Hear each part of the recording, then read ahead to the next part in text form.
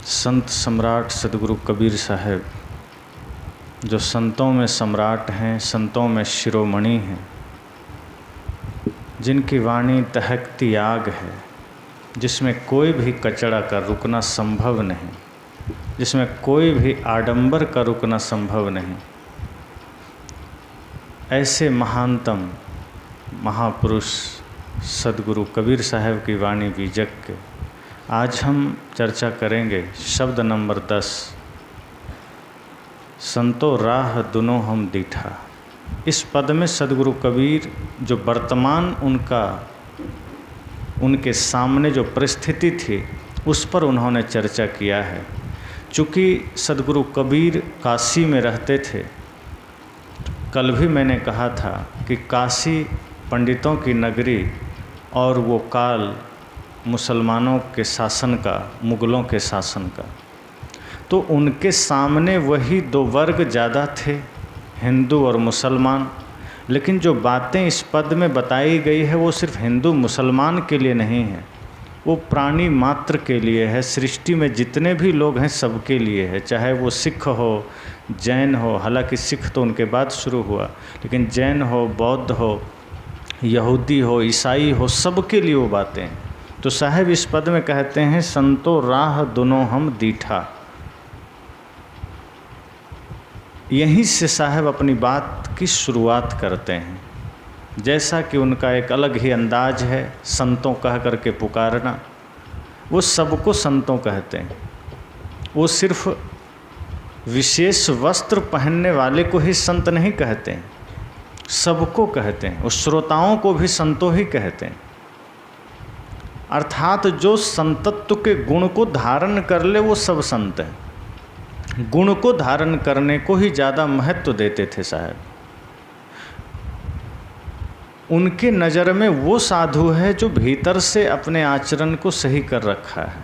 उनके नज़र में वेश उतना महत्वपूर्ण नहीं था, तभी तो उन्होंने कह दिया वेश देख मत भूलिए, बूझ लीजिए ज्ञान अब बिना कसौटी होत नहीं, कंचन की पहचान।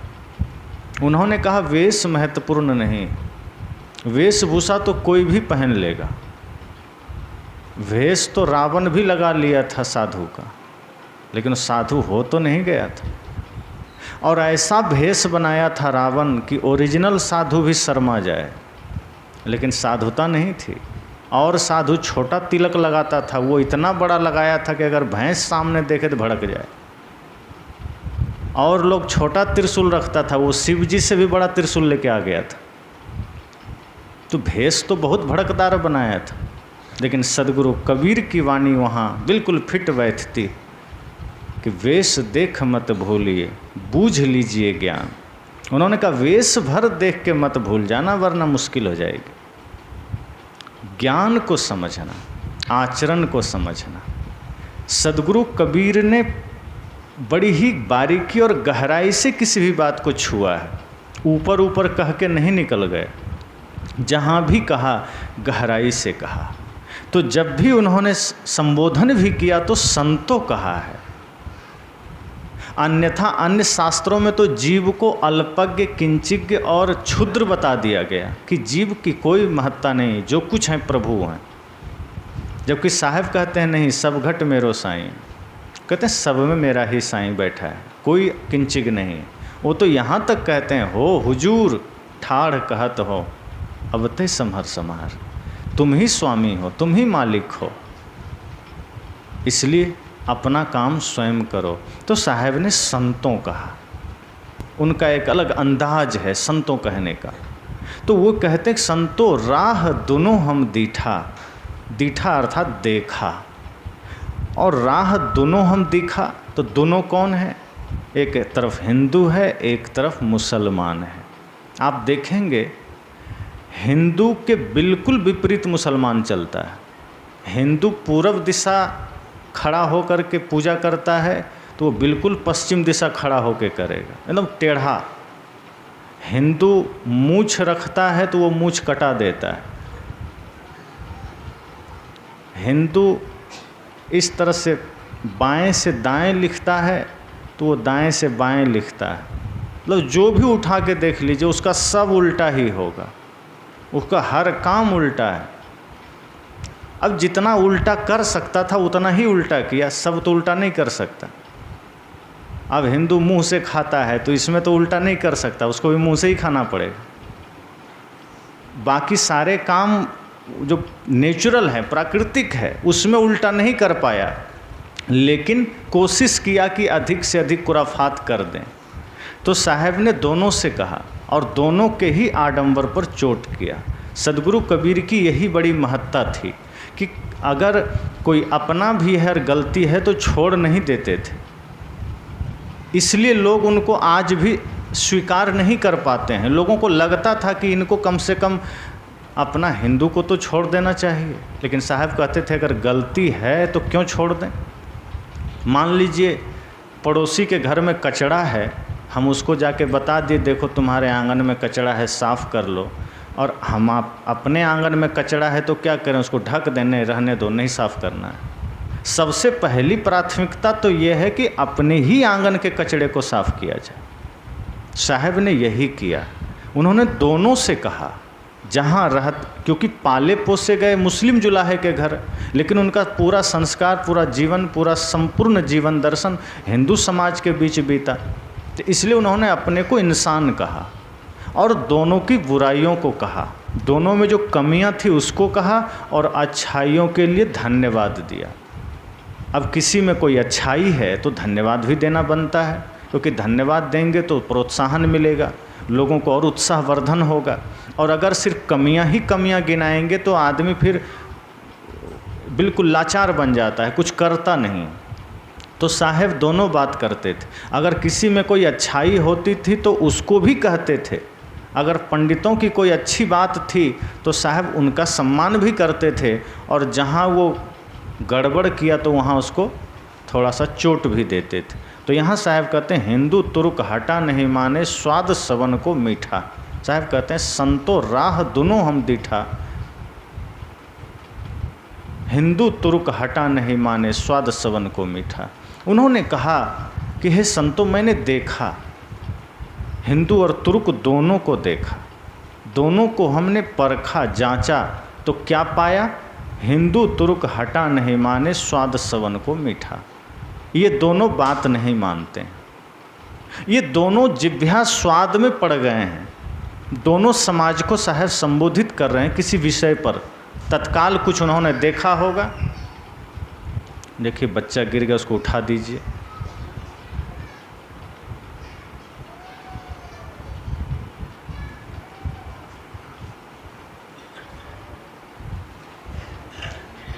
तो साहब ने किसी कार्य को तो देखा ही होगा, और उनके आँखों के सामने हिंदू मुसलमान दोनों रहते थे, दोनों को उन्होंने देखा होगा, जिन जिन कमियों को। तो साहब समय समय पर लोगों पर इन बातों को कहा करते थे। तो वो कहते हैं हिंदू तुर्क हटा नहीं माने, स्वाद सवन को मीठा। अब स्वाद शब्द आया है, इसका मतलब साहब यहाँ लोगों के खान पान, हिंसा आदि पर ही बात कर रहे हैं कि हिंदू कैसा रहता है, मुसलमान कैसा रहता है, उनके पूजा पद्धति क्या है, उसका जीवन जीने का ढंग क्या है। तो दोनों की बात साहब शुरू कर रहे हैं बिल्कुल बारीकी से कि हिंदू तुर्क हटा नहीं माने, स्वाद सवन को मीठा।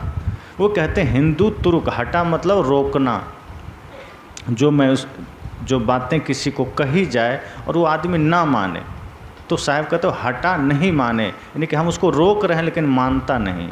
स्वाद सवन को मीठा, क्यों? क्योंकि वो स्वाद के चक्कर में पड़ गया है, वो जिह्वा स्वार्थ में पड़ गया है, स्वाद के आसक्ति में पड़ गया है। जिसको जिस चीज़ का स्वाद की लत लग जाती है फिर छूटती नहीं है। और कभी कभी तो गजब होता है, मान लीजिए किसी को गुड़ खाने की लत लग गई तो खाएगा ही, बिना खाए नींद नहीं आएगी। किसी को तंबाकू खाने की लत लग गई तो सुबह उठते ही तंबाकू चाहिए, जब तक अब भोजन के बाद तंबाकू चाहिए। अब भोजन भरपेट खाया है लेकिन लगता है कहाँ जगह बच गई, तंबाकू खाना ही खाना है। सुबह उठते ही बीड़ी सिगरेट आदमी को पीना ही पीना है, लत लग जाती है। साहब कहते हैं स्वाद सवन को मीठा, ये स्वाद सबको मीठा लगता है, उसका ये आसक्ति बन गई है। तो सवाल है कि आखिर बात क्या शुरू करना चाह रहे हैं साहब? जो बात साहब यहाँ कहना चाह रहे हैं कि सबको ये जिह्वा स्वाद लग गया है, सभी लोग जिह्वा स्वाद के पीछे भाग रहे हैं, सभी लोग अपने इंद्रियों के पीछे भाग रहे हैं, मन के पीछे भाग रहे हैं, तो क्या कर रहे हैं, किस बात को दर्शाना चाहते हैं। तब साहब कहते हैं हिंदू व्रत एकादशी साधे दूध सिंघारा सेती। उन्होंने कहा ये जो हिंदू है, हिंदू समाज एकादशी व्रत को बड़ा महत्व देता है और एकादशी व्रत भी रहता है। तो साहब यहाँ कह रहे हैं, मानो ये बता रहे हैं कि ऋषि मुनियों ने व्रत का महत्व इसलिए बताया और व्रत का प्रचलन इसलिए चलाया क्योंकि कहा जाता है सप्ताह में, महीना में, 15 दिन में एक दिन उपवास रहने से शरीर का कुछ जहर बाहर निकल जाता है, विष बाहर निकल जाता है, शरीर अपना संतुलन बना लेता है। तो इसलिए व्रत रहना चाहिए, उपवास रहना चाहिए। लेकिन आदमी खाने में इतना आदी है कि डायरेक्ट किसी को कह दीजिए भोजन छोड़ दो तो कोई नहीं छोड़ेगा। तो ऋषि मुनियों ने विधान बना दिया कि चलो व्रत का नाम लगा देते हैं, कुछ व्रत शुरू कर देते हैं, कम से कम इसी नाम से तो लोग व्रत उपवास रह लेगा। और व्रत भी लगाया तो इतना ऐसे नहीं लगाया, अगर सिर्फ कह देता कि एकादशी व्रत करना है या पूर्णिमा का व्रत करना है या जितने भी बहुत सारे व्रत हैं व्रत करना है तो आदमी नहीं करता। तो क्या किया, उसका परिणाम बता दिया कि व्रत करने का क्या फल मिलता है।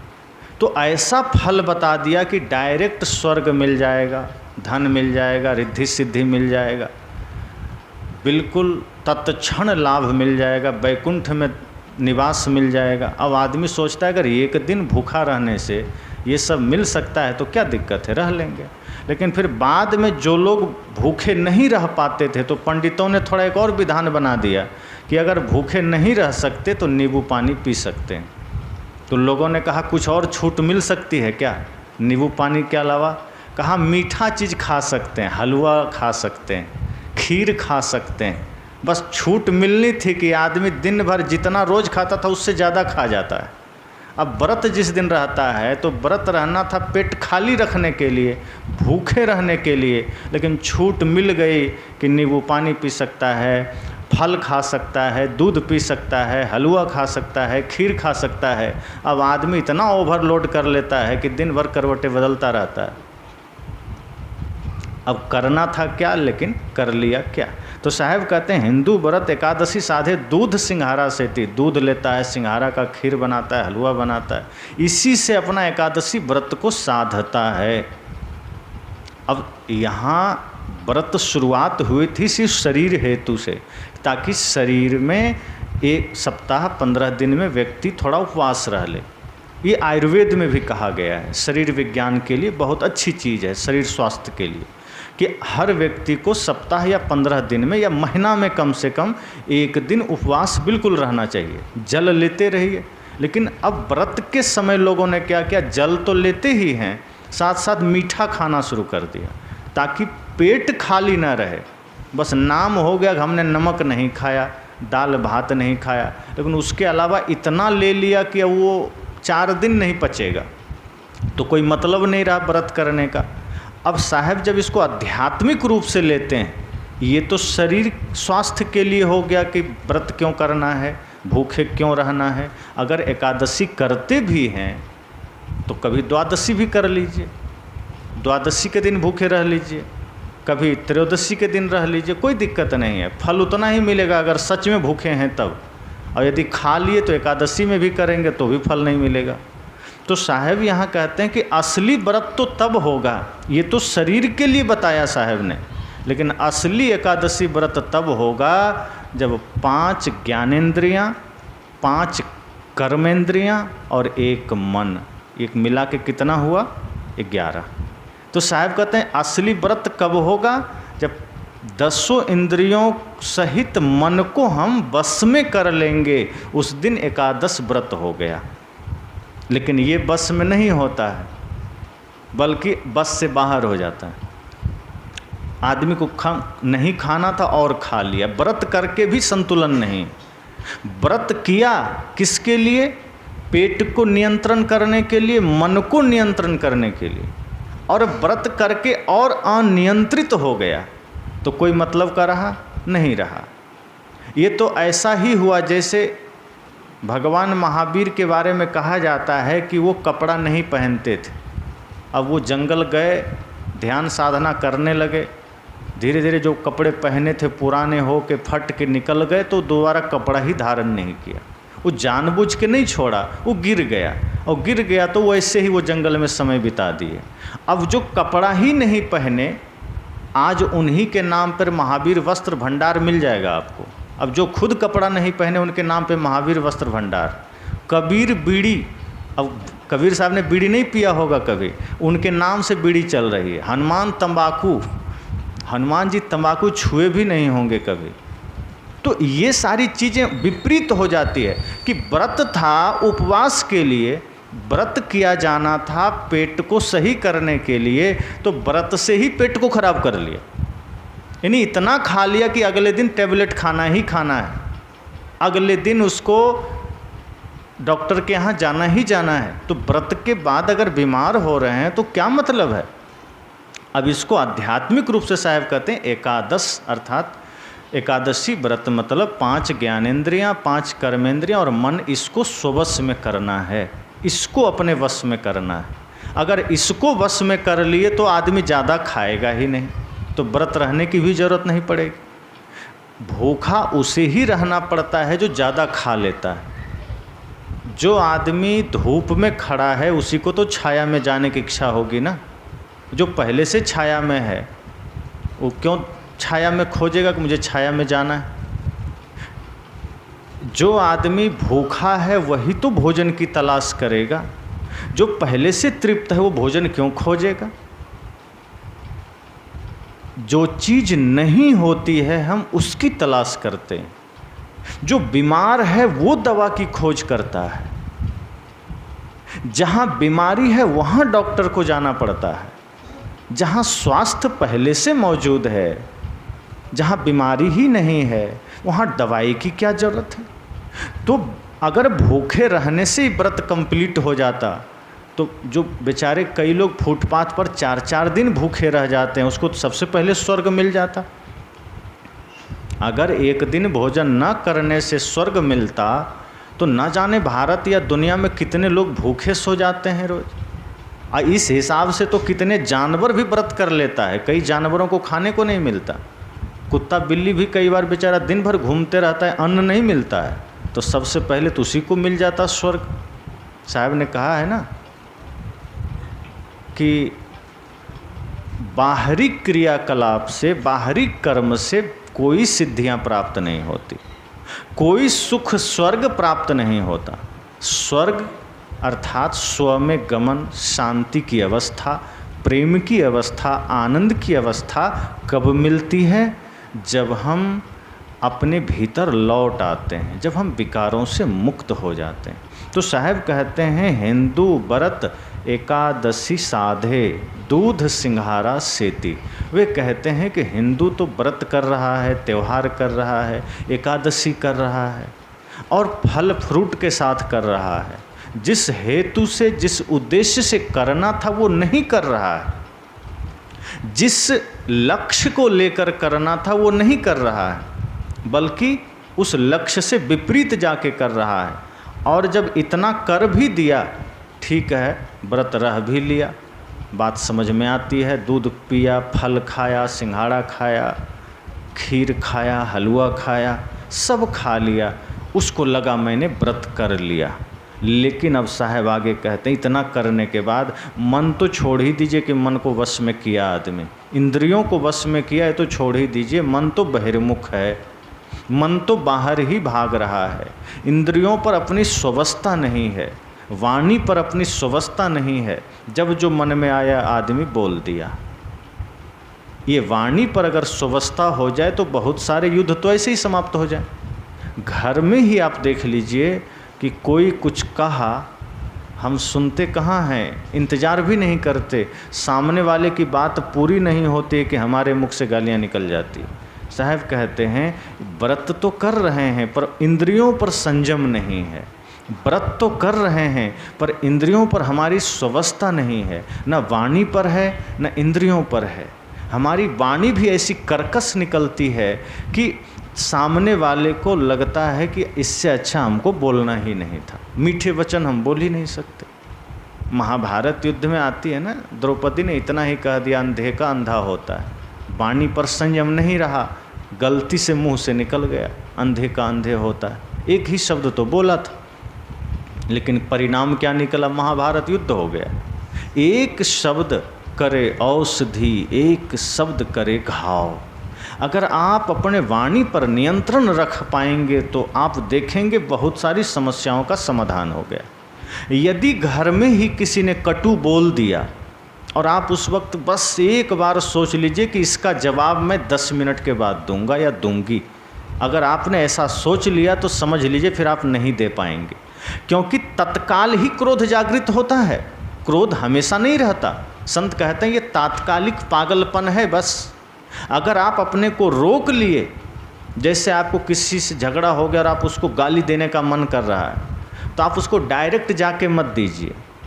आप ऐसा करिए, कागज़ निकालिए, जितनी गालियाँ देनी उसमें लिख लीजिए, लिख करके और सोचिए कल उसको जाके कागज़ ही दे देंगे, पढ़ लेगा वो अस्थाई रूप से। बोल के आ जाएंगे तब तो सुनेगा, भूल जाएगा, लेकिन लिख के देंगे तो बढ़िया रहेगा। आप ऐसा ही सोच लीजिए कि मुझे जिससे झगड़ा हो गया है, मुझे घर जाना है, एक लेटर लिखना है, उसमें सारी गालियाँ लिख देनी, अपने गुस्से का इजहार कर देना है और 1 दिन के बाद वो लेटर उसको दे देना है। प्रयोग करके देखिएगा। मैं निश्चित कहता हूँ, अगर आपने कागज़ में सारी गालियाँ लिख ली तो 1 दिन बाद कौन कहे 1 घंटे बाद खुद आप पढ़ेंगे तो आपको खुद पर शर्म आएगी, क्या ये मैंने लिखा है? और आप कूड़ादान में डाल देंगे, जला देंगे, फिर आप नहीं देने जाएंगे। क्यों? क्योंकि वो तत्काल पागलपन आ गया था, तत्काल वो क्रोध आपको अपने वश में कर लिया था। और जब क्रोध के वश में आदमी हो जाता है तो क्रोध जैसा चाहता है वैसा कहलवा देता है। अब होता तो 5 मिनट के लिए, 2 मिनट के लिए ही है, लेकिन वही 2 मिनट में बहुत कुछ नष्ट हो जाता है। एक आदमी बाहर से आया, तो 10,000 रुपये की पूरी गड्डी थी, एकदम बंधा हुआ। वो प्यारा सा बच्चा था, 2-3 साल का, खेल रहा था। तो दौड़ ऐसे ही घुटने के बल चलते चलते गया, पिताजी के गोद में वो गड्डी रखी थी।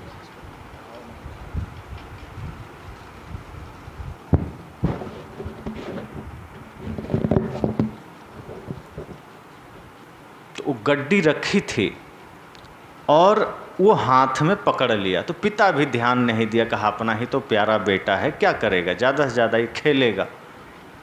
लेकिन क्या हो सकता है वो सोचा भी नहीं था। वो बच्चा गड्डी लिया।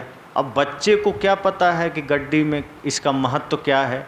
आप 2 साल के बच्चे को एक हाथ में खिलौना रखिए और एक हाथ में 2000 का नोट रखिए तो आप जानते हैं कि वो क्या पकड़ेगा, वो खिलौना ही पकड़ेगा। लेकिन जवान आदमी के सामने आप ले जाइए तो पहले ही नोट पकड़ लेगा, क्योंकि जवान को पता है 2000 का महत्व क्या है और बच्चे को नहीं पता है। तो बच्चा क्या जानता था ये 10,000 रुपया है कि क्या है। वो खेलते खेलते नोट को लेके आगे भोजन बन रहा था, बड़ा सा चूल्हा था, उसी में डाल दिया। पूरा 10,000 रुपया जल के राख हो गया। इतना जैसे ही पिता ने देखा, क्षण भर के लिए ऐसा भयंकर क्रोध जगा कि उस 2 साल के बच्चे को उठाया और उसी चूल्हा में डाल दिया। 2 क्षण का क्रोध उठा, 2 क्षण में ही बच्चे को चूल्हे में डाल दिया। अग्नि तेज थी, कोयले की आग थी, 2-4 मिनट भी नहीं लगा, जल गया। अब जब जैसे ही बच्चा जल गया, उसकी माँ देखती है तो वो रह नहीं पाई देख करके। उसको जैसे लगा कि अब कोई माँ कैसे देख पाएगी, कोई नहीं देख पाएगी कि उसके सामने उसका बच्चा इस तरह धू-धू जल गया। 2 मिनट पहले ठीक ठाक था। अब ये सोचती है अब मेरे जीने से क्या फ़ायदा। वो दौड़ती हुई गई, कुएं में छलांग ला के वो भी मर गई। अब ये आदमी सोच रहा है कि मैंने क्या कर दिया, मेरा बेटा चला गया, मेरी पत्नी चली गई, अब ये भी गया, रेलवे लाइन पर गर्दन रखा, ट्रेन आई, कटा, मर गया। 2 मिनट में सब नष्ट हो गया कि नहीं। अगर क्रोध पर नियंत्रण होता, सोचिए वो 2 मिनट का क्रोध कितना बड़ा नुकसान कर गया। 2 मिनट का क्रोध एक बना बनाया घर को चौपट कर दिया।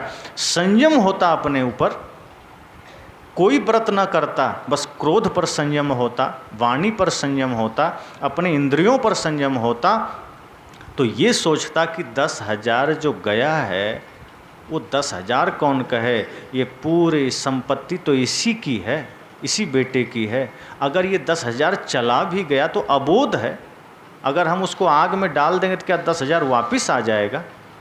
अगर ये बच गया, ये रह गया, तो ये 10,000 ना जाने कितने 10,000 आ जाएगा, कितना कमा लेंगे, लेकिन बेटा चला गया तो कहाँ से कमाएंगे? नहीं कमा सकते। तो ये क्रोध, साहब कहते हैं कि हिंदू व्रत एकादशी, ये एकादशी को साधता है लेकिन अपने इंद्रियों, अपने मन को नहीं साधता। व्रत तो करना चाहता है, भूखा तो रहना चाहता है, भोजन का त्याग तो कर देता है, पर भीतर से क्रोध का त्याग नहीं कर पाता। इसलिए मैंने कहा, जिसको अगर गुस्सा आ रहा है तो क्या करना है? सबसे पहला काम आप सोच लीजिए, मुझे जवाब 10 मिनट के बाद देना है। ये सूत्र को आप लोग इस्तेमाल कीजिएगा। और वैसे भी मान लीजिए कहीं आग लग जाए तो आप क्या करेंगे? आग लगेगा तो पेट्रोल लेके दौड़ेंगे या पानी?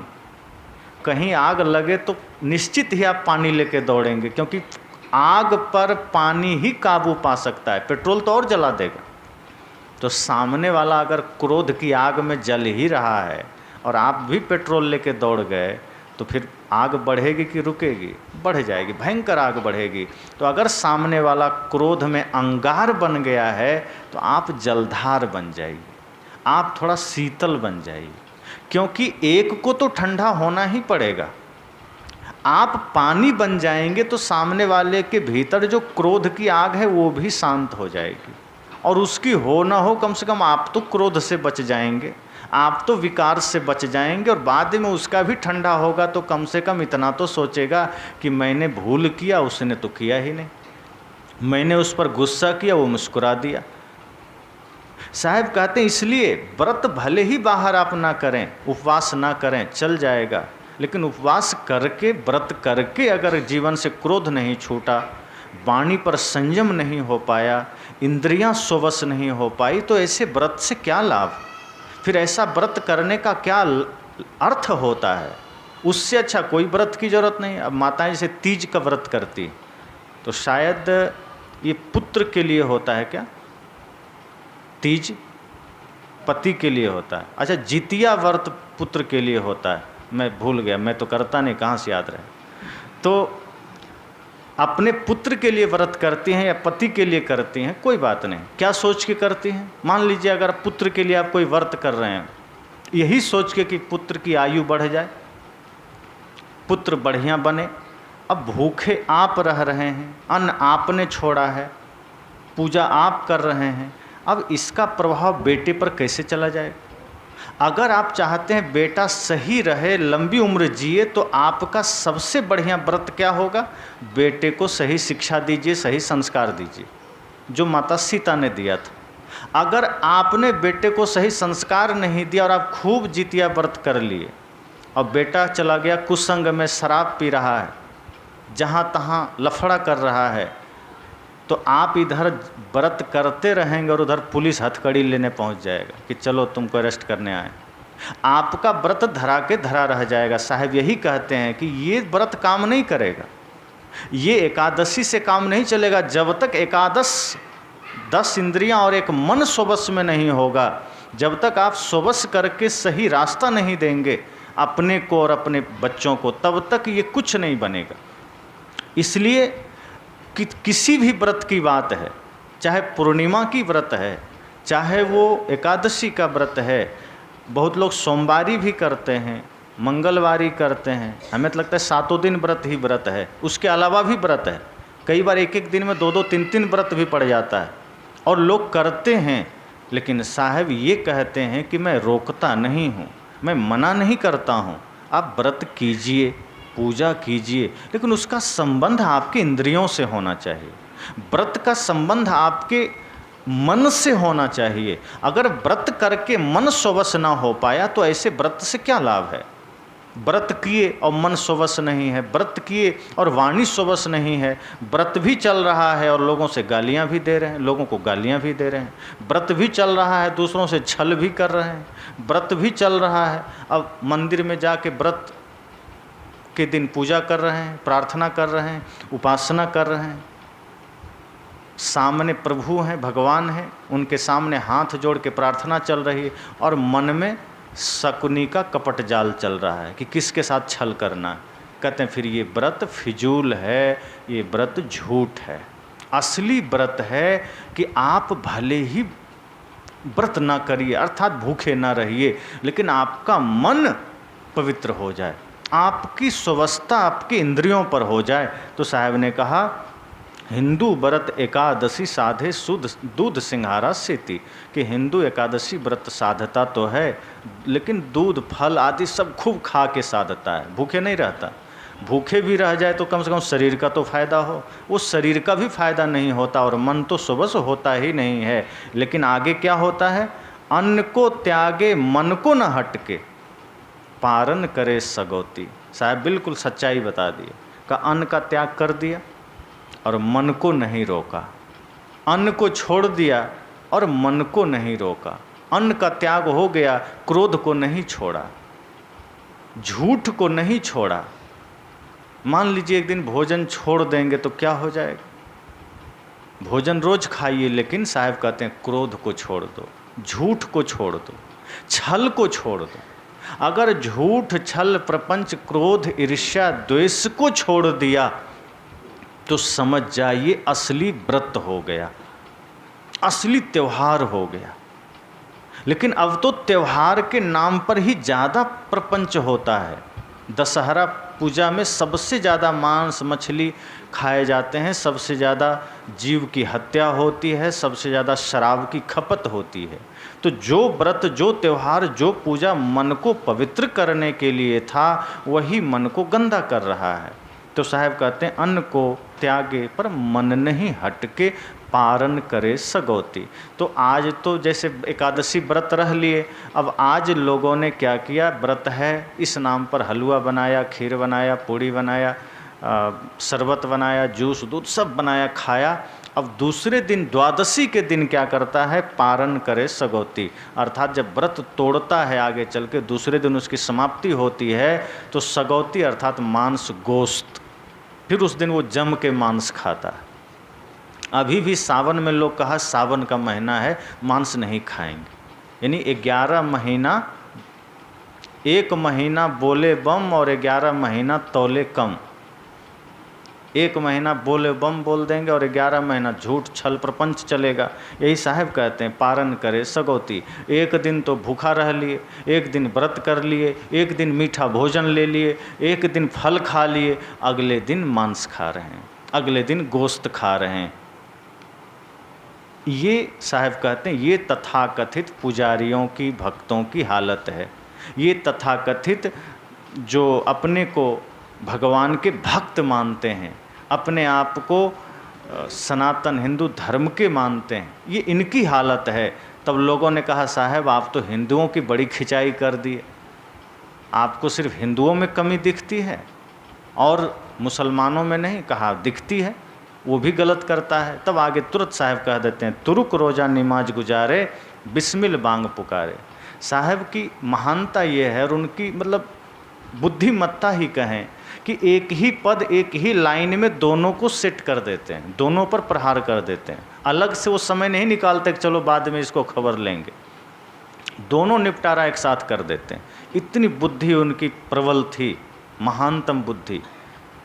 लोग कहते हैं आइंस्टीन की बुद्धि इतनी ज़्यादा थी, हमें लगता है सदगुरु कबीर की बुद्धि इतनी ज़्यादा थी कि उसका कोई आर पार नहीं। वो कहते तुरुक रोज़ा नमाज गुजारे, कहते ये मुसलमान भी कम थोड़े है, ये रोज़ा करता है। रमज़ान का जो महीना होता है जिसमें पूरा 1 महीने का रोज़ा रहता है, रोज़ा अर्थात दिन भर कुछ नहीं खाता, एकदम शुद्ध जीवन जीता है और रोज़ा कर लेगा, नमाज अदा कर लेगा, मस्जिद में जा कर के बिस्मिल अर्थात कोई भी काम शुरू करने से पहले खुदा की इबादत के लिए जो काम शुरू करता है तो उसके नाम से करता है, बिस्मिल्लाह बोल के करता है।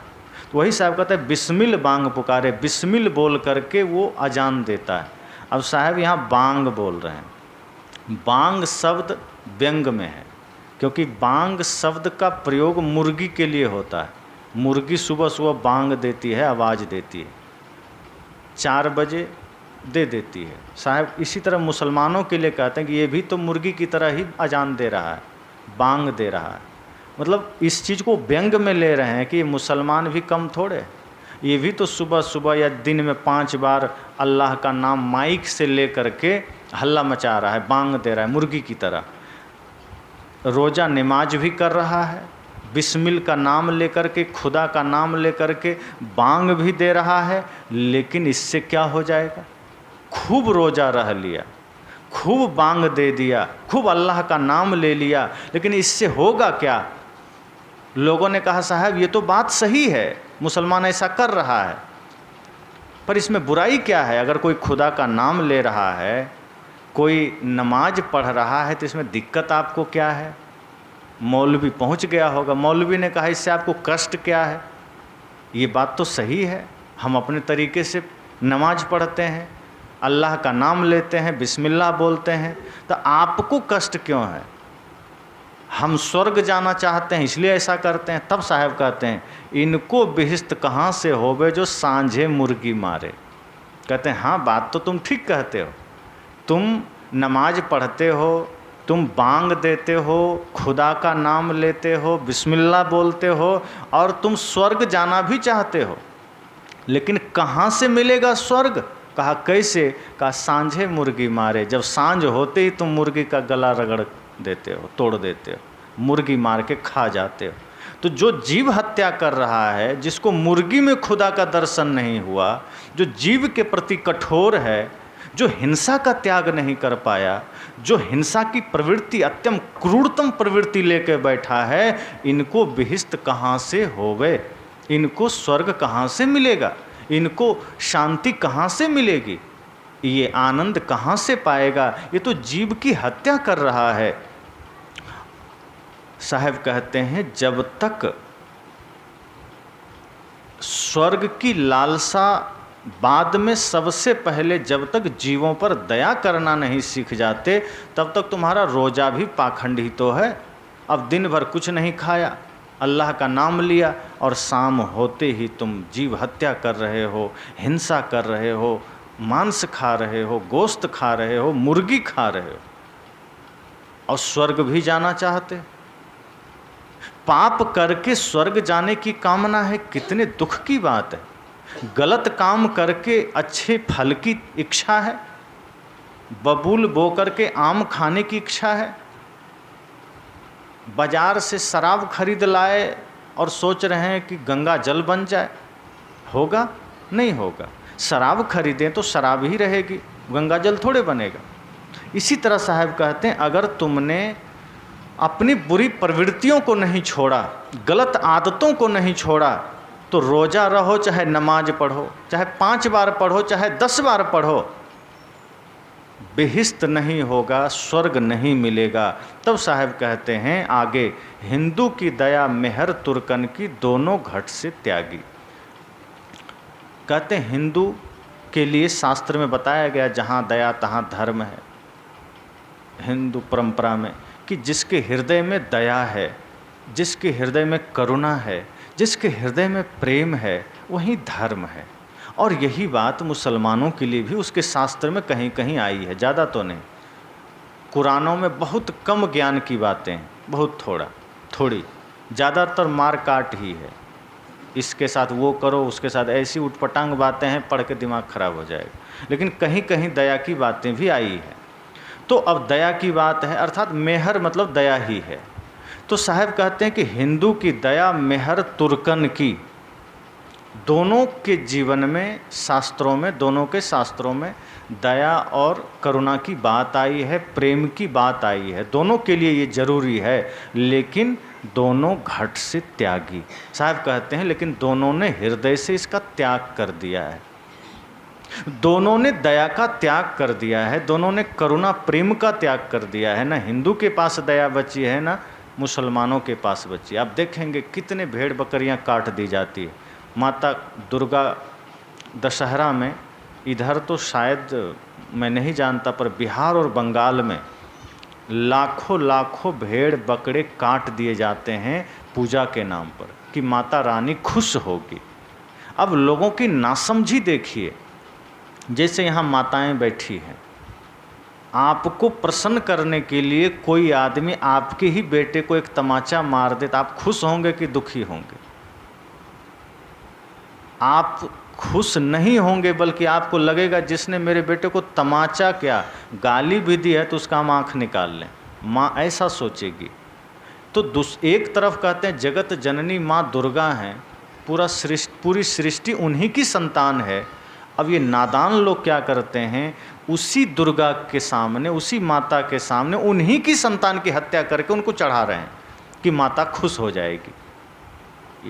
जघन्य पाप करके आदमी पुण्य की कामना कर रहा है। वो सोच रहा है माता दुर्गा के सामने हम भेड़ काट रहे हैं, बकरी काट रहे हैं तो माता प्रसन्न हो जाएगी।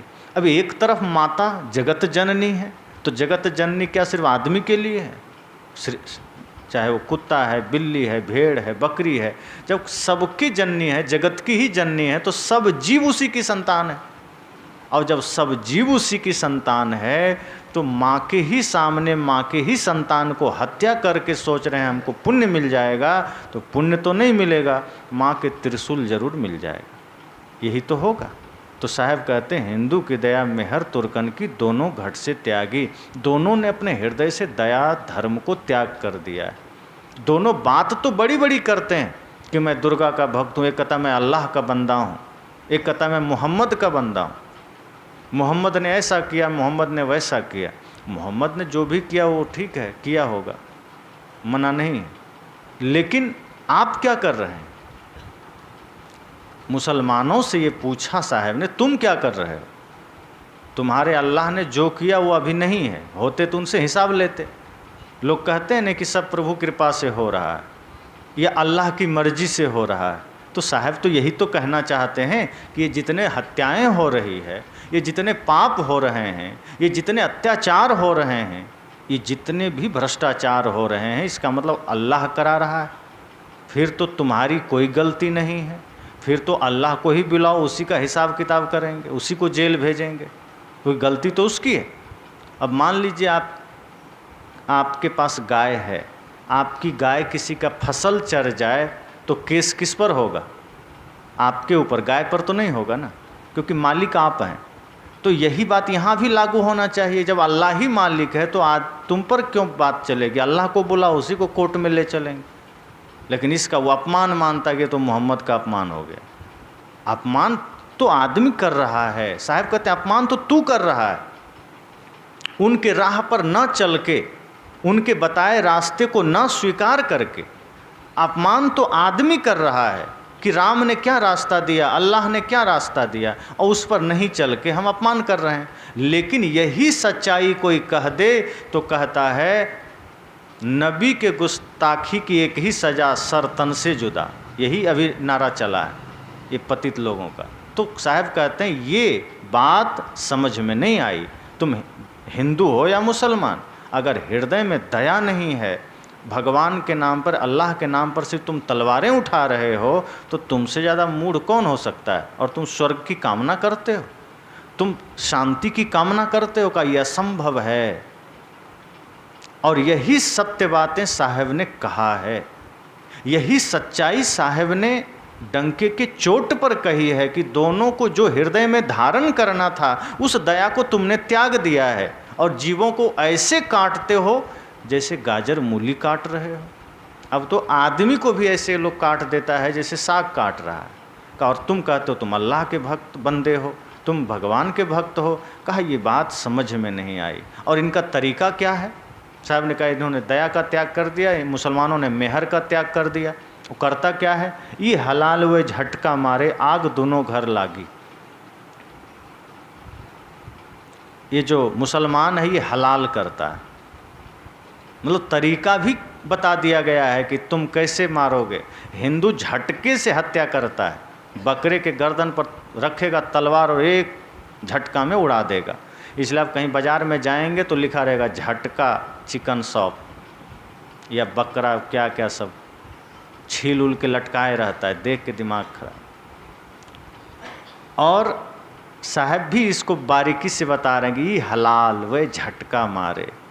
कितनी बारीकी से साहब की नज़र रही होगी इन पाखंडियों पर, सब कुछ देखते रहे होंगे। जैसे आजकल सीसीटीवी लगा रहता है ना, लोग क्या कर रहा है। सदगुरु कबीर तो हमेशा ज्ञान का सीसीटीवी लेके चलते थे। दिव्य दृष्टि इसी को कह सकते हैं कि व्यक्ति कहाँ सही है, कहाँ गलत है, कहाँ प्रपंच कर रहा है, कहाँ वो भूल कर रहा है। सदगुरु कबीर एक एक गतिविधि को देखते हैं, इसलिए वो झटका भी बोल रहे हैं कि वो हलाल कर रहा है, ये झटका मार रहा है। मुसलमान हलाल करता है, वो जानवर के गर्दन पर छुरी रख के रेतता है। सोचिए कितना कष्ट होता होगा। अपने हाथों में थोड़ी सी खरोच आ जाए तो आदमी दुनिया हिला के रख दे ऐसा लगता है, पूरा सब सर पर उठा लेता है। और एक जीव के गर्दन में तलवार रख के रेत रहा है और हिंदू झटका मारे। आग दुनों घर लागी। यहाँ आग से हम तात्पर्य यह ले सकते हैं कि ये जो हिंसा की आग है, ये जो क्रूरता की आग है, ये जो निर्दयता की आग है, ये दोनों के हृदय में है, ये दोनों के घर में है, दोनों के पास है। ये दोनों के हृदय में हिंसा की आग जल रही है, दोनों के हृदय में क्रूरता की आग जल रही है। अब जो इस तरह से जघन्य अपराध कर सकता है, जिसके हृदय में इतनी हिंसा की आग जल रही हो, वो किसी को नहीं छोड़ेगा। वो कभी धर्म का काम कर ही नहीं सकता, वो कभी पुण्य का काम कर ही नहीं सकता। इसलिए साहब ने कहा ये हलाल वे झटका मारे, आग दोनों घर लागी। एक तरफ से साहब अपने, समझिए कोई सामने बैठ के साहब से प्रश्न करते जा रहा है और साहब हर पंक्ति में उत्तर देते जा रहे हैं। लोग पूछ लिया होगा कि क्या क्या होता है, और साहब बारीकी से एक तरफ से सब बातों पर बढ़िया से प्रकाश डाल रहे हैं कि क्या हो रहा है आज, हिंदू क्या कर रहे हैं, मुसलमान क्या कर रहे हैं। अब इसी में समझ जाइए ईसाइयों की भी बात, इसी में समझ जाइए यहूदियों की, बौद्धों की। साहब ने तो कई जगह, सदगुरुदेव जी ने बौद्ध को अहिंसावादी तो माना है। सदगुरुदेव अभिलाष साहब जी ने जो व्याख्या किया है, तो इसमें जहाँ भी जैन और बौद्ध का नाम आया है तो साहब ने कहा ये लोग में अहिंसा है, लेकिन वर्तमान में ऐसा नहीं है। जैन तो अभी भी अहिंसक हैं, पूर्ण अहिंसक हैं, लेकिन बौद्धों में बड़ी क्रूरता आ गई है। बौद्ध लोग मांस खाने लगे हैं, जीव की हत्या करके वो मांस खाते हैं, बड़े मांसाहारी हैं। तो बौद्धों में अहिंसा अब नहीं रही। बुद्ध परम करुणावान हैं, दयालु हैं, प्रेम के सागर हैं, लेकिन बुद्ध से विपरीत आज बौद्धिस्ट लोग हो गए हैं। उनमें न दया बची है और न तो अहिंसा का कोई भाव बचा है। कोई कोई बौद्धिस्ट आपको मिल जाएंगे जो अहिंसक होंगे, वरना अधिकांश जितने को हमने देखा जाना है वो सब एक नंबर के राक्षस हो गए हैं। तो साहब कहते हैं ई हलाल वे झटका मारे, आग दोनों घर लागी। दोनों के हृदय में क्रूरता आ गई है, दोनों के हृदय में हिंसा की आग जल रही है, दोनों के हृदय में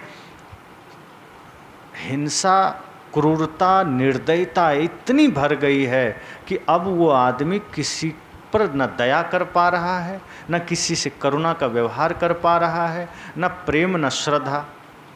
प्रेम उसी से कर सकता है जहाँ, प्रेम वही कर सकता है जहाँ हिंसा ना हो, जहाँ क्रूरता ना हो, जहाँ निर्दयता ना हो।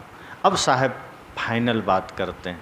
बिल्कुल साहब कहते हैं हिंदू तुर्क की एक राह है, सतगुरु सोई लखाई। इतनी बातें तो उन लोगों की क्या स्थिति है वो बता दिया। साहब ऐसा नहीं कि बीच अधर में छोड़ दिया, कि सबकी बुराई गिना के छोड़ दिया कि बस जाओ। साहब पहले लोगों की कमियों पर प्रकाश डालते हैं। सदगुरु कबीर जो अद्वितीय हैं, इसीलिए अद्वितीय हैं। किसी भी बात की शुरुआत जब करते हैं तो उसकी पूर्णाहुति भी बहुत अच्छे से करते हैं। अगर इति श्री गणेश बढ़िया से करते हैं तो इतिश्री भी बहुत अच्छे से करते हैं। तो उन्होंने शुरुआत तो किया, बिल्कुल बारीकी से एक एक पॉइंट पर चर्चा किया, लेकिन जब अंत अब आ रहा है तब वो कह रहे हैं हिंदू तुर्क की एक राह है। वो राह कौन सा है? साहब कहते हैं ये लोग भले ही भटक गया है, ये लोग भले ही अपने मार्ग से विचलित हो गया है, लेकिन दोनों का रास्ता एक ही है, वो प्रेम का रास्ता है। अगर प्रेम नहीं है तो ये लोग चाहे जितनी कोशिश कर लें, न स्वर्ग पा सकते हैं न शांति पा सकते हैं। ये अल्लाह या भगवान के नाम पर चाहे जितना तांडव कर लें, चाहे जितना नरक मचा लें, पाएंगे नरक ही, स्वर्ग नहीं मिलेगा। साहब कहते हैं हिंदू तुर्क की एक राह है, सदगुरु सोई लखाई। सदगुरु ने यही बताया है, सदगुरु ने यही शिक्षा दी है, सदगुरु ने यही रास्ता दिया है कि अगर जीवन में शांति से जीना है तो इस तरह से व्रत भी जीवन में हो तो सच्चा व्रत हो, सत्य अहिंसा प्रेम करुणा का व्रत धारण करें। जीवन में व्रत धारण करें तो मन वाणी इंद्रियों पर स्ववश करने का व्रत धारण करें। व्रत ही करना है तो झूठ छल प्रपंच का त्याग करें, ये व्रत है। और हृदय में दया हो, प्रेम हो, करुणा हो, यही प्रेम का एक मार्ग है जिस पर व्यक्ति को चलना चाहिए। ये प्रेम ही असली मार्ग है जिस पर समस्त सृष्टि को चलना चाहिए। प्रेम ही सृष्टि का आधार है। जब हम, इसलिए संतों ने कहा है सबकी गुण अपनी हमेशा गलतियां देखा करें। कहा यदि किसी में देखना है तो गुण को देखिए। जैसे आंख बंद है और जैसे ही आंखें खुले तो जहाँ भी आंखें जा रही है सब में अच्छाई देखिए। कोई चोर भी है तो उसे गलत मत सोचिए, उससे आपका कोई फ़ायदा नहीं होगा। उसमें अगर कुछ लेना है तो कुछ अच्छा ले लीजिए, बुरा मत लीजिए। अगर हम चोर को गलत कह भी दिए तो अपना फ़ायदा क्या हुआ, लेकिन अगर उसमें से कोई अच्छाई ले लिए तो अपना अच्छा हो गया। और यदि कुछ गलत देखना है, गलत सोचना है तो नेत्र बंद कर लीजिए और अपने आप को निहारिए और स्वयं को देखिए और सोचिए कि मुझ में कोई बुराई तो नहीं, मुझ में कोई कमी तो नहीं है, मेरा मन गलत तो नहीं है। तो आंखें बंद करिए तो अपनी कमियों को देखिए, आंखें खोलिए तो जगत के सौंदर्य को देखिए, जगत की पवित्रता को देखिए, लोगों को देखिए, लोगों के भीतर अच्छाई को देखिए। साहब कहते हैं अपने स्वभाव को, अपने आदत को ऐसा बनाइए जैसे मधुमक्खी जहाँ भी जाती है वो रस लेकर आती है, फूलों पर ही बैठती है, गंदगी पर कभी नहीं बैठती। अगर कुछ सीखना है तो मधुमक्खियों से सीखिए। जहाँ जाइए फूलों पर जाइए, अच्छे के लिए जाइए, अच्छी चीज़ लेकर आइए, गंदगी लेकर मत आइए। अगर मधुमक्खी जैसी आदत या स्वभाव बना लिए तो समझ लीजिए कि लोगों से कलेक्ट किया हुआ, लोगों से एकत्र किया हुआ ज्ञान शहद से भी मीठा हो जाएगा, अमृत की भांति होगा और वो दूसरों के लिए भी अमृत का काम करेगा। लेकिन आदमी अपनी आदत, अपना स्वभाव बना लिया है मक्खी की तरह। एक है मधुमक्खी, एक है मक्खी। अंतर क्या है? एक में सिर्फ मधु जुड़ गया तो मधुमक्खी हो गई, पूरा रहस्य बदल गया, पूरा सिस्टम बदल गया। मक्खी कभी भी बैठेगी तो गंदगी पर बैठेगी, जहाँ उसको गंदगी का आभास होगा मक्खी वहीं बैठेगी, मधुमक्खी फूल पर बैठेगी। साहब कहते हैं अपनी आदत मधुमक्खी की तरह बनाइए, मक्खी की तरह नहीं। मक्खी गंदगी पर बैठती है और हम भी लोगों की बुराइयों पर बैठते हैं। अगर आंखें खुलेगी, 2 आदमी 4 आदमी बैठेंगे तो फला आदमी बड़ा गलत आदमी है, बस यही चर्चा शुरू हो जाएगी। उसका बेटा ठीक नहीं है, उसका बहू ठीक नहीं, उसका पिता ठीक नहीं है, उसमें ये बुराई है, उसमें ये बुराई है। साहब कहते हैं नहीं, ये गलत। अगर आपको कहीं कुछ देखना है तो भीतर प्रेम की दृष्टि को धारण करते हुए लोगों में अच्छाई को देखिए। सार सार को गही रहे, देई असार बहाए। साहब ने कहा कि लोगों से सार को ग्रहण कर लेना है, तो जो सार तत्व है, जो सही है, और जो असार है, झूठ है, कचड़ा है, उसको बहा देना है, उसको लेना नहीं है। तो साहब कहते हैं हिंदू तुरुक की एक राह है, वही प्रेम की राह है, सत्य की राह है। और ये तब होगा जब हम अपनी आँखें अपनी ओर कर लेंगे। जब तक दूसरे की ओर है तब तक हम बुराई ही देखेंगे, तब तक हम गंदगी ही देखेंगे, और जब तक आँखों से बुराई लेते रहेंगे तब तक प्रेम हृदय में टिकेगा नहीं। जब हम अपनी कमियों को देखेंगे तो प्रेम जागृत होता है। और प्रेम फिर ऐसा है, साहब ने कहा ना, पोथी पढ़े पढ़े जगमुआ, पंडित भया ना कोय, 2.5 आखर प्रेम का पढ़े सो पंडित हो। कहीं प्रेम साधारण नहीं है। शास्त्र पढ़ के तो लोग अपने को पंडित समझ लेते हैं, साहब कहते हैं, पर मेरी नज़र में वो पंडित नहीं है। पंडित तो वो है जो प्रेम को जान लिया है, जिसके हृदय में प्रेम है, निश्चल प्रेम, कामना रहित प्रेम। किसी से प्रेम है तो कोई कामना ना रखिए, प्रेम का अर्थ समर्पण व त्याग है, यही निश्चल प्रेम है। और ये निश्चल प्रेम सदगुरु कबीर भी कहते हैं, प्रेम करिए पर निश्चल करिए, निष्कपट करिए, कोई स्वार्थ न रखिए। माता से हो, पिता से हो, पत्नी से हो, भाई से हो, मित्र से हो, गुरु से हो, किसी से प्रेम हो, निश्चल प्रेम हो। तो साहब ने कहा हिंदू तुर्क की एक राह है, सतगुरु सोई लखाई। सतगुरु ने यही एक रास्ता बताया है। और फिर आगे कहते हैं, कहीं कबीर सुनो हो संतो, राम न कहूँ खुदाई। साहब कहते हैं हे संतो सुनो, संतों से ही बात शुरू किया था और अंत में साहब ने कहा हे संतो सुनो, राम न कहूँ खुदाई। यहाँ भाव यह छिपा है कि जीव से अलग, प्राणियों से अलग कहीं न राम है न खुदा है। सारी बात एक लाइन में साहब ने समेट दिया कि जो भी आप गलत करते जा रहे हैं, किसके साथ गलत कर रहे हैं। इस संसार में गलत जो भी हो रहा है तो किसी न किसी प्राणी के ही साथ तो हो रहा है, किसी निर्जीव के साथ नहीं करते। कोई भी आदमी निर्जीव के साथ गलत नहीं करता है। जब भी गलत करता है, और गलत होता ही सजीव के साथ है, वो गलत शब्द इस्तेमाल ही तब होता है जब हम किसी सजीव के साथ कुछ दुर्व्यवहार करते हैं। तो जब हम किसी के साथ गलत करते हैं, इसका मतलब है कि उसमें हम परमात्मा को नहीं देख रहे हैं। साहब कहते हैं जीव से अलग कोई परमात्मा नहीं है, कोई खुदा नहीं है, कोई राम नहीं है। अगर आप जीवों में राम को देखना जान लिए, जीवों में ही खुदा को देखना जान लिए, तो किसी का दिल ही नहीं दुखाएंगे। अगर अपने ही माता पिता में जगत पिता का दर्शन होने लगे, जगत जननी माँ दुर्गा का दर्शन होने लगे, तो कोई पाप क्यों होगा? फिर माँ को कोई वृद्धाश्रम क्यों भेजेगा? फिर माँ के आंसू तो दिखाई देंगे ना। अगर परिवार बढ़ गया है, बंटवारा हो रहा है, अक्सर हो जाता है, कोई ज़रूरी नहीं कि राम भक्त आज राम जैसा बन जाए। राम भक्त तो बहुत हैं, पर वो सिर्फ राम नाम की चादर ओढ़ते हैं। राम जी का कर्म किसी में नहीं है।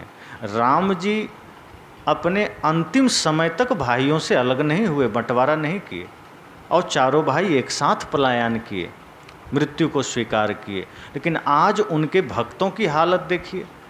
कहते तो हैं हम राम जी के बड़े भक्त हैं, लेकिन थोड़ा सा धन कमाने लगे तो पहला काम यही करेंगे कि बंटवारा हो जाना चाहिए। भाई से पहला सवाल यही करेंगे, अब तुम अपना देख लो, हम अपना देख लेते हैं। अब वो कह तो रहे कि हम राम भक्त हैं, पर राम भक्त वाला एक भी लक्षण नहीं है, रावण वाला सारा लक्षण है, पर कह रहे हैं हम राम भक्त हैं। वही हाल है कि आप माता पिता ने जन्म दिया, माता दुर्गा को आपने माता कहा, जगत जननी कहा, साहब कहते हैं हमें कोई एतराज़ नहीं, पर अपनी माता जो जन्म दी है, अगर उसमें भी वही दर्शन करें तो आपको उनके दर्द समझ में आएगा। अगर माँ में माता जननी का दर्शन हो जाए, जगत जननी दुर्गा माता का दर्शन हो जाए, तो माँ के आँखों में आंसू तो कभी नहीं आने देंगे, कभी नहीं।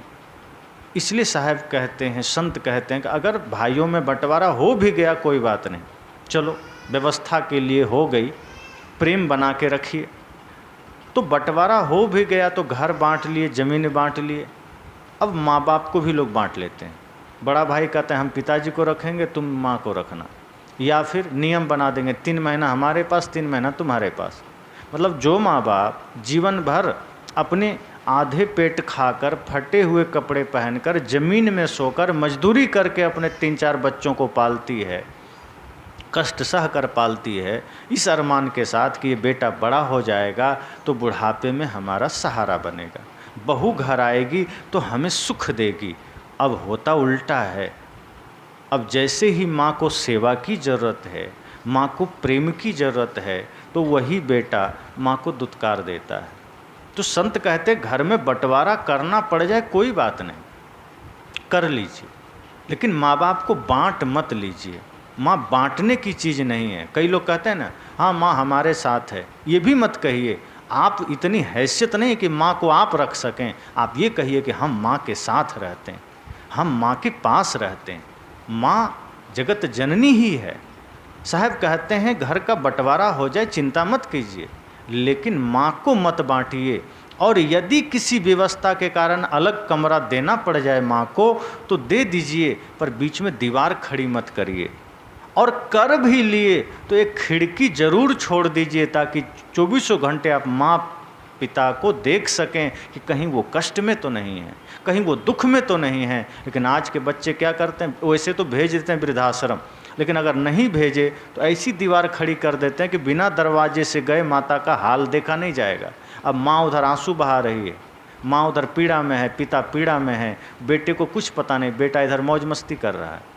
संत कहते हैं दीवार में एक खिड़की लगा देना ताकि 24 घंटे माँ को देख सको कि उनके आंखों में आंसू तो नहीं आ रहे हैं, कहीं वो कष्ट में तो नहीं है, कहीं पिता को कोई दुख तो नहीं है। और जाओ चरणों में बैठो, उनका चरण स्पर्श करो। माँ को कुछ नहीं चाहिए, अगर चरण स्पर्श करके सिर्फ माँ का हाथ पकड़ कर कहोगे माँ क्या आज्ञा है मेरे लिए, और उनको समय पर भोजन पानी दे दो, उसकी उम्र 5 साल बढ़ जाएगी।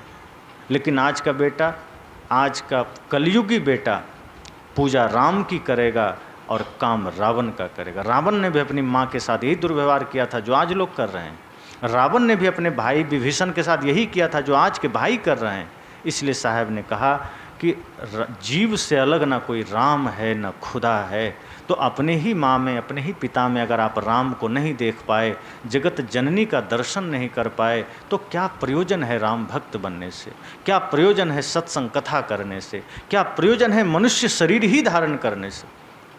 अगर मनुष्य शरीर धारण करके आए और काम जानवरों वाला हो रहा है, गाय जब बच्चा देती है तो जब तक बछड़ा दूध पीता है तब तक गाय बछड़े को पहचानती है, तब तक एकदम तहलका मचा देगी। अगर उसके बच्चे को दूर कर दीजिए तो दौड़ पड़ेगी। लेकिन जब वो बछड़ा दूध छोड़ देता है, फिर वो साथ खाने के समय अपने ही सींग से उसको मार के भगा देती है, फिर उसको कोई लेना देना नहीं, फिर वो बछड़ा कहीं चला जाए। आदमी वही करता है। तो आदमी आदमी है, जानवर नहीं है। साहब कहते हैं अगर आदमी भी जानवर वाला काम कर रहा है तो मनुष्य शरीर धारण करने का कोई प्रयोजन ही नहीं है, कोई अर्थ ही नहीं है। तो सदगुरु कबीर हिंदू और मुसलमान के माध्यम से इसमें सारी बातें बता दिए कि जीवन में असली व्रत क्या है, जीवन में असली तपस्या क्या है, एकादशी क्या है, दया क्या है, कैसे करनी चाहिए, स्वर्ग कैसे मिलेगा, शांति कैसे मिलेगी, क्रूरता और हिंसा की आग से क्या नुकसान हो रहा है, सारे विकारों को धारण करने से व्यक्ति कैसे नरक की आग में जल रहा है। और अंत में साहब ने कहा राम न कहूँ खुदाई, कि इस जीव से अलग ना कोई राम है, न ईश्वर है, न खुदा है। तो इस भाव से हम अगर घर में जीते हैं, माता पिता के साथ रहते हैं, माता पिता की सेवा करते हैं, भाई के साथ प्रेम का व्यवहार करते हैं, सबके साथ हिल मिल कर रहने की चेष्टा करते हैं, तुलसी या संसार में भांति भांति के लोग, सबसे हिलमिल चालिए नदी नाव संजोग। तुलसी जी कहते हैं कि इस संसार में तरह तरह के लोग हैं, तरह तरह के भाव हैं, विचार हैं, लेकिन ये नदी नाव का संजोग है, ना जाने कब किससे बिछुड़ना हो जाए। इसलिए सबसे हिलमिल कर चलिए, प्रेम से चलिए, कब बिछुड़ जाए कौन जानता है। तो इस तरह से हम सबको चेष्टा करनी चाहिए कि अपने अपने जीवन में हम असली व्रत को धारण करें, सत्य अहिंसा प्रेम करुणा को। और ये जो 5 कर्म इंद्रियाँ हैं, 5 ज्ञानेंद्रियाँ हैं और एक मन, इन 11 पर हम अपना नियंत्रण रखें, इससे हम अपने वश में करें ताकि हमारा असली एकादशी व्रत हो सके। दया को धारण करें और समस्त सृष्टि में भगवान का दर्शन करें ताकि पाप ना हो। तो इसी के साथ आज 9वें दिन की कथा को हम विराम देते हैं। बोलिए सद्गुरुदेव की। अभी हम सदग्रंथ बीजक मूल के शब्द के आधार